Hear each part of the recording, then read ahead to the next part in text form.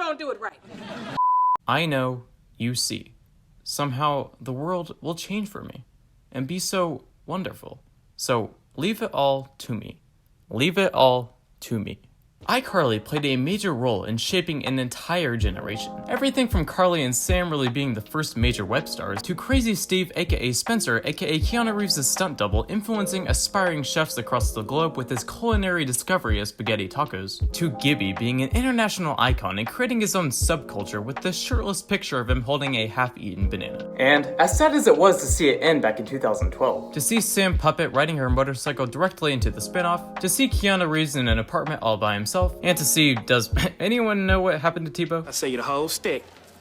$5. The ending 9 years ago was perfect. which at least makes one Nick show that got a proper conclusion, so I was content with what we got. But then, once Paramount realized how much bank they could make reviving this legendary show, they did just that. When I first heard about the iCarly revival, I was skeptical to say the least. But on the other hand, my mind raced with possibilities. I remember immediately going on Twitter and voicing my wish list for the revival, primarily about seeing these Avengers-level villains come together. And so far with Nora and Neville Peppermint coming back, I'm 2/3 of the way right. 1 to go. Come on, Paramount Plus, bring back the legend, Chuck. I know you need more subscribers. Then, about 6 months later, a trailer finally released, and... got out of bed and was all, oops, I just blazed a trail. Maybe you should try putting a worm on the hook. So, yeah, I still had mixed feelings to say the least. Although, there were still some good things I liked. I liked seeing all the returning side characters, and Spencer cussing was...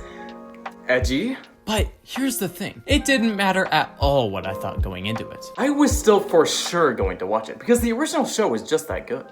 You told the joke wrong. That worm's not at school. He's playing hooky.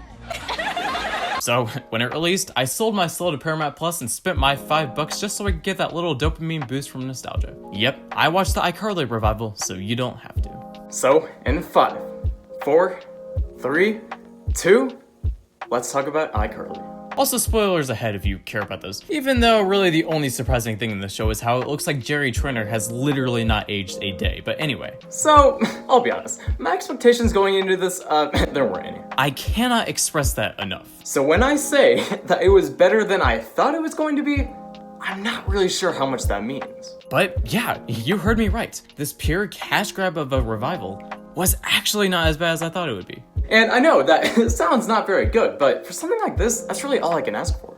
First of all, just from that opening scene, after Spencer flashes Carly or whatever.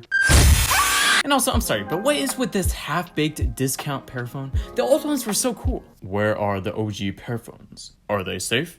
Are they alright? But anyway, I loved how they didn't waste any time and just immediately brought back the 3 beloved main characters. It really shouldn't have worked this well, but I thought that they fit right back into their characters. Especially the legend Jerry Trainer. He basically just is Spencer at this point, and I love it. Also, I thought the inciting incident with this dude breaking up with Carly on live was really unique. And Freddie and Spencer Mission Impossibling their way over to turn off the live was just hilarious. So yeah, the opening was amazing.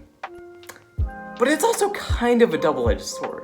And what I mean by that is that this opening created one major flaw I had with the revival that I really haven't seen many people talk about. And it's a flaw that made me not enjoy this first episode as much as I could have. But before we can get into that, we have to talk about each main character, both old and new. So I guess I'll just go character by character? I don't know, I'm making this up as I go. Carly's up first. So, in the original show, Carly was never really my favorite. I mean, I still liked her, and she wasn't annoying by any means, but everyone else was just so iconic that she was mainly just kinda there. I mean, how are you going to truly stand out when the international icon is doing this? Although, in this 2021 revival, I thought she was great. Miranda Cosgrove still plays the part perfectly. In fact, I think she deserves an Oscar for playing such drastically different roles perfectly. I really liked how she had to accept that no co-host would ever be as good as Sam, which led her to getting more confidence and realizing her worth was still being able to do iCarly by herself. I thought it was all great. And I thought the whole cussing thing was so weird that it was hilarious. You gotta switch it up on a... She wrote a bad word. I write what I feel. Alright, now let's talk about the king himself, Spencer. Literally, what more is there to say? He was perfect. First of all, he's rich now. He wasn't rich before. I mean, yeah, I assume he got a lot of the money from his dad or whatever, but he was a freelance sculptor raising his sister in a 3-story apartment that had a literal elevator in it in downtown Seattle with a direct view of the Space Needle. You're telling me he wasn't well off financially? Are we all looking at the same thing? Also, I would just like to say how I think it's hilarious how the apartment now just looks like the one from that Bizarro Christmas episode, which by the way feels like a fever dream. But anyway, when I first saw Spencer after he, again, flashed Curly or whatever, it really felt like I was a youngster again watching this show. He is just pure comedic gold, especially in that pepper spray scene, and he fit back into the character like a glove. I'll let the explanation for how he got rich. Well, richer. Him getting recognition for his work by accident is exactly how I would have imagined it going. And now, I'm just waiting for the moment they bring back the culinary discovery of spaghetti tacos. Also, this moment right here with Carly was just classic Spencer. Alright, now, Freddie. Freddie really surprised me. I mean, don't get me wrong, I've always really liked him, but it kind of feels like his biggest purpose in the original show was just to make Sam funnier. Which, to be fair, he succeeded at that. But going into this revival, I thought he was going to be more on the blander side now that Sam is gone. Although, actually, they made him a lot funnier here. I love how, even after all he's been through with failed startups and multiple divorces, he's still able to see the funny side of things and make light of it through comedy. And seeing his mom again was just amazing. But going into this revival, no one was really concerned about if these original characters would be as good as they used to. What people were really wanting to know about was how the new stuff would fit in. So, ladies and gentlemen, the moment you've all been waiting for. This huge guy is carrying the real contestant. The new characters. Harper's up first. I thought she was good. Going into this, I was scared that she was just going to be an inferior Sam copy. And, well, at least currently, since we're only 5 episodes in, I'm happy to report that they actually made her really unique. She doesn't have Sam's obsession of food or Thanos-level power with her buttersock. But what she does have is playing a great and supportive sidekick to Carly. Even if she can get carried away sometimes, she always at least tries to have her back. And episode 4 was very crucial to their characters, as it was the first time they really had a fight. And I thought it was pretty believable. The photo shoot scene was also just a literal representation of how she has Carly's back, and I thought it was the perfect way for them to reconcile. Also, quick side note here, but I really love how they address Sam's absence. I think it's nice how they don't just pretend she doesn't exist, unlike someone I know. And I also really like how they gave her such a freeing storyline with her being in a biker gang. I think if they would have used the jail excuse, it would have made things kinda dark and uncomfortable. So I thought it was perfect. So, all 4 of the main characters are perfect, right? Now people are gonna think my channel is for olds.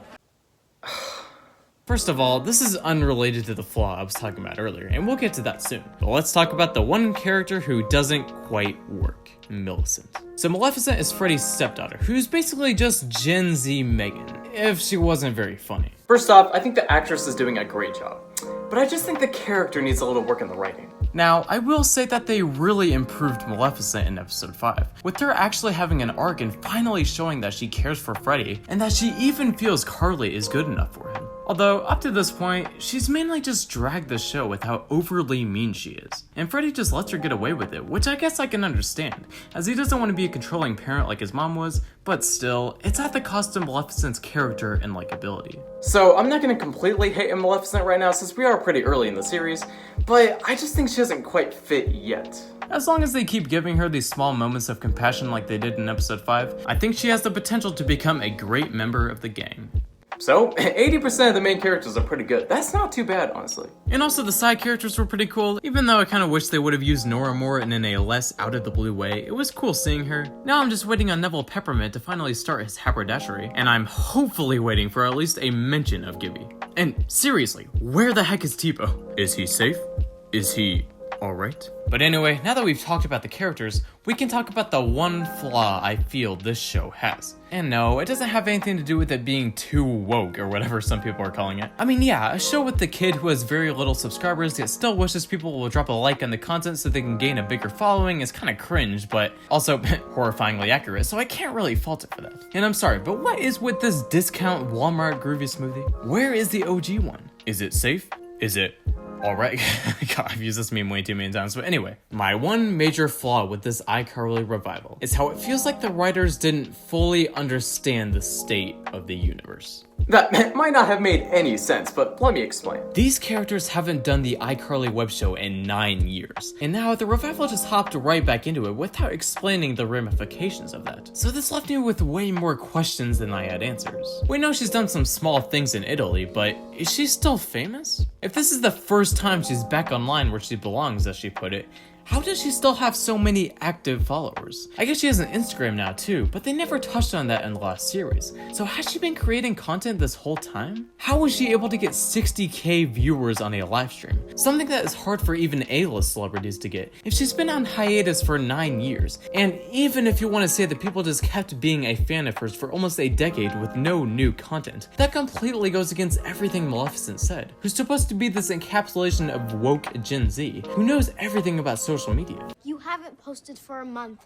In internet years, that's a decade. I know this may kind of sound like a nitpick, but this really made things so much more confusing and awkward than they needed to be, which didn't let me experience the show as much as I could have, as I was so confused on what the state of her life was in. This may sound weird, but it was kind of like watching a Star Wars movie without the opening crawl. They just hopped right back into it, expecting us to understand everything that had happened to her these past 9 years, and if she was still relevant online. So, yeah, I did love that opening scene. But it was at the cost of fully understanding what was happening in the show and Carly's life. Maybe I'm the only one, I don't know. Tell me in the comments below if you also thought this was kind of weird. But hopefully as the show goes on, we'll learn more about her life and what has happened leading up to this. Because right now, all we really have is a somewhat awkward introduction to what could end up being an amazing revival. I guess we'll just have to wait and see. I mean, if this revival does well, then maybe Paramount will bring back other shows to milk money from. And as long as it's victorious, I'm down for that. But before Paramount can bring back any other shows, they have to address where Gibby and Tebow are. Seriously, I'm really worried about them guys.